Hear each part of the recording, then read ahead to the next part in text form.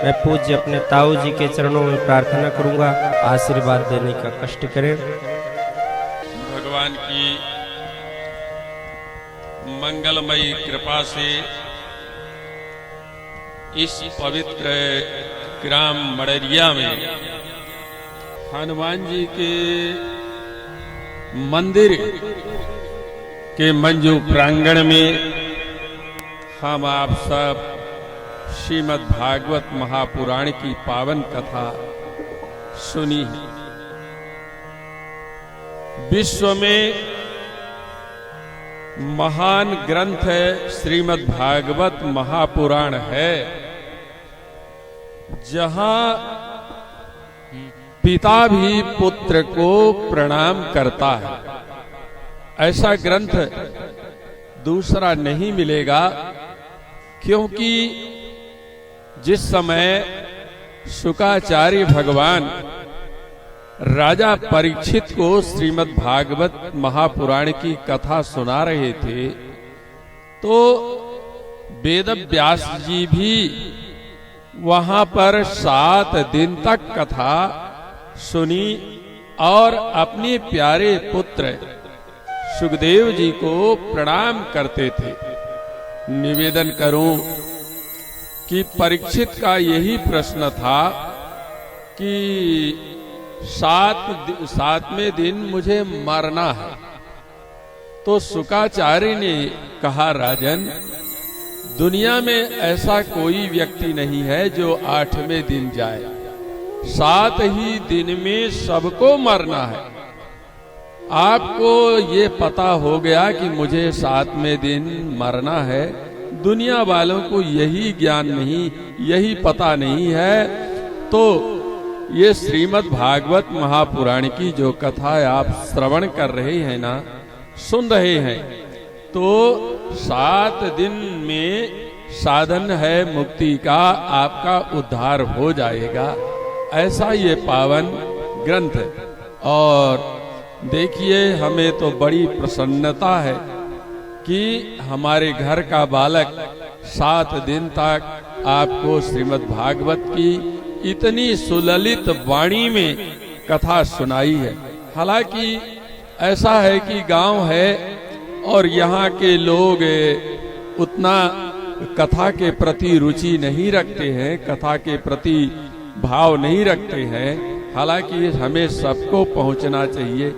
और मैं तो देखिए क्या करूं, स्वास्थ्य से लाचार हूं और मेरा स्वास्थ्य अनुकूल नहीं है। इस समय स्वास्थ्य जो है प्रतिकूल चल रहा है, ज्यादा बोलने की भी क्षमता नहीं है। लेकिन ये भागवत की कथा जहां भी हो तो श्रवण करना चाहिए, कथा सुननी चाहिए।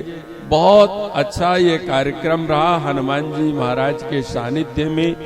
और हनुमान जी का काम है वो मात्र कथा सुनते हैं और कथा सुनाते भी हैं। हनुमान जी उच्च कोटि के श्रोता भी हैं और उच्च कोटि के वक्ता भी हैं। जब कथा सुनाने वाले मिलते हैं ना, तो हनुमान जी कथा सुनते हैं, और कोई श्रोता मिलता है ना तो सुनाते भी हैं। हनुमान जी जो है ये कथा के बड़े प्रेमी हैं। इसीलिए निवेदन करूं कि जब भगवान श्री राम स्वधाम गमन करने लगे ना, जाने लगे, तब हनुमान जी से कहा था कि हनुमान जी तुम भी चलो। हनुमान जी ने पूछा कि प्रभु आप कहाँ ले चलेंगे? बोले बैकुंठ ले चलूंगा। हनुमान जी ने कहा बैकुंठ में क्या मिलेगा? भगवान ने कहा मेरा दर्शन मिलेगा। हनुमान जी ने कहा, पूछा कि प्रभु ये बताइए कि बैकुंठ में आपकी कथा भी सुनने को मिलेगी? तब भगवान ने कहा, हनुमान वहां तो सब ब्रह्म ज्ञान में मस्त रहते हैं, कथा की किसी को फुर्सत ही नहीं है। हनुमान जी ने कहा, प्रभु जब बैकुंठ में कथा की फुर्सत नहीं है किसी को, तो हनुमान को भी बैकुंठ जाने की फुर्सत नहीं है। आप जाइए और मुझे यहीं रहने दीजिए।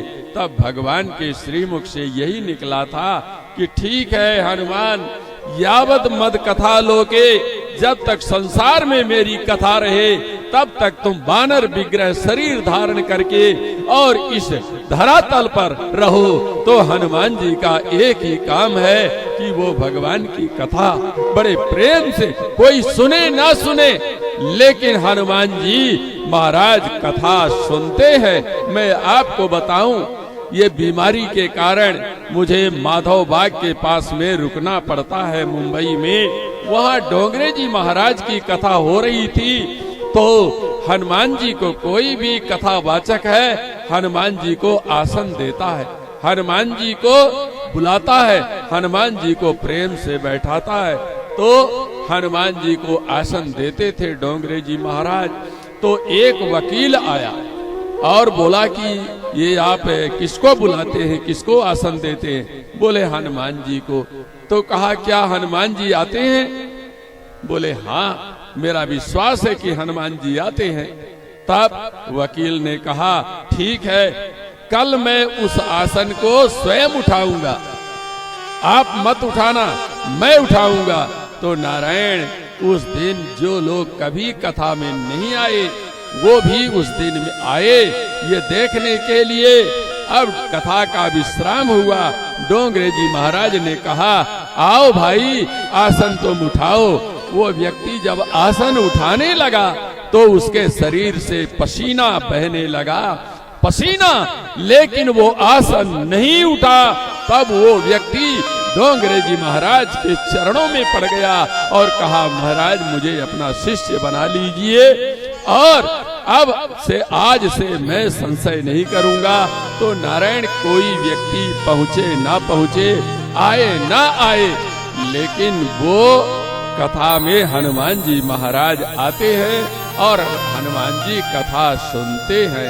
इसलिए वाल्मीकि रामायण का ये श्लोक है, ये भगवान ने कहा है कि यावद मद कथा लोके, जब तक संसार में मेरी कथा कायम रहे तो वानर विग्रह शरीर धारण करके और तुम इस धरातल पर रहो।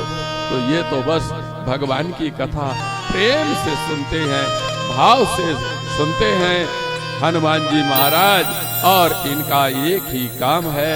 इसलिए मैं ज्यादा बोलने की भी सामर्थ्य नहीं है स्वास्थ्य की वजह से, और मेरा बहुत बहुत बालक को आशीर्वाद है कि ये दिनों दिन बढ़ता जाए और दिनों दिन इसका विकास होता जाए। और आज हमारे इस पैतृक गांव में, इस जन्मभूमि में इतनी सुंदर सुललित भगवान श्री कृष्ण की और भगवान की भागवत की ये प्रेम से कथा सुनाई है। मेरा बहुत बहुत आशीर्वाद है कि भगवान निरंतर इनको इसी तरह से बढ़ाते रहे और इसी तरह से इनका कार्यक्रम, इनका जो है भागवत की कथा निरंतर चलती रहे। बोलिए सद्गुरु भगवान की जय, वृंदावन धाम की जय, श्रीमद् भागवत महापुराण की, श्री हनुमान जी महाराज की जय जय।